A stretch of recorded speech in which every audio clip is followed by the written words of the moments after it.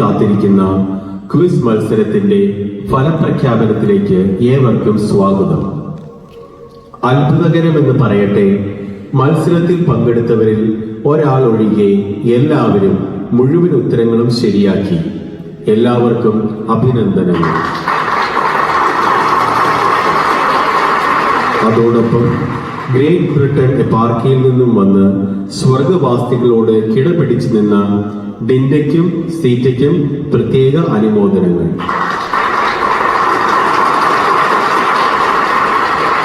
ഇപ്പോൾ പിതാവായ ദൈവം നിങ്ങളെയെല്ലാം അഭിസംബോധന ചെയ്ത് സംസാരിക്കുന്നതാണ്. മക്കളെ, വളരെ സന്തോഷം. ദൈവിക കാര്യങ്ങൾ അറിയുവാനും പഠിക്കുവാനും നിങ്ങൾ കാണിച്ച ഈ ഉത്സാഹത്തിന് അഭിനന്ദനങ്ങൾ. ഗ്രേറ്റ് ബ്രിട്ടൻ എപ്പാർക്കിയിൽ നിന്നും വന്ന് വിജയിച്ച വുമൻസ് ഫോറം മെമ്പേഴ്സ് ഡിൻഡായ്ക്കും സീറ്റായ്ക്കും പ്രത്യേക അനുമോദനങ്ങൾ. സീറ്റ, സ്വർഗം കാണുവാനുള്ള ആഗ്രഹം നല്ലത് തന്നെ.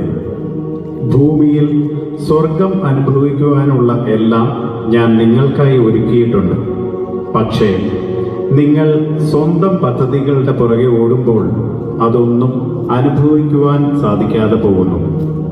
ഡിൻഡ, എന്തിനും ഏതിനും ആകുലപ്പെടുന്നതിന്റെ കാരണം നിനക്ക് എന്നിലുള്ള വിശ്വാസക്കുറവാണ്. ഞാൻ എത്ര വ്യക്തമായി പറഞ്ഞിട്ടുണ്ട്, നിങ്ങൾ ആദ്യം എൻ്റെ രാജ്യവും നീതിയും അന്വേഷിക്കുക, അതോടൊപ്പം എല്ലാം നിങ്ങൾക്ക് ലഭിക്കുമെന്ന്. എല്ലാവരും സന്തോഷത്തോടെ ജീവിക്കണം എന്നാണ് ഞാൻ ആഗ്രഹിക്കുന്നത്. ഡിൻഡ, സീറ്റ, ഒരു യഥാർത്ഥ വിശ്വാസിയിലെ നിത്യമായ സന്തോഷം ഉണ്ടാവുകയുള്ളൂ. ആ സന്തോഷത്തിൽ നിലനിൽക്കുവാനുള്ള കൃപയാണ് നിങ്ങൾക്കുള്ള എൻ്റെ സമ്മാനം.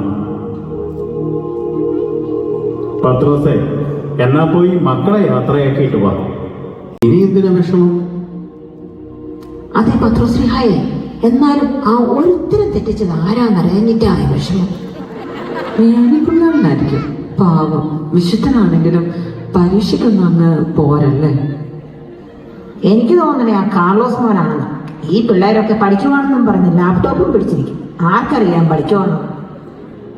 നിർത്തിക്കേ. നിങ്ങൾ പറഞ്ഞു വിശുദ്ധന്മാർക്ക് പേരുദോഷമാക്കുമല്ലോ. നിങ്ങളുടെ സമാധാനക്കേടങ്ങ് മാറ്റിയില്ല. ആ ഒരു ചോദ്യത്തിന്റെ ഉത്തരം തെറ്റിച്ചത് വേറെ ആരുമല്ല, പിതാവായ ദൈവം തന്നെയാണ്. ദൈവം തെറ്റിച്ചോ? ഏത് ചോദ്യത്തിന്? ദാവീദ് ചെയ്ത പാപം ഏതായിരുന്നു? ഈ ചോദ്യത്തിന്റെ ഉത്തരമാണ് ദൈവം മറന്നത്. അത് എല്ലാവർക്കും അറിയാവുന്നതല്ലേ, ദൈവം അത് മറന്നോ?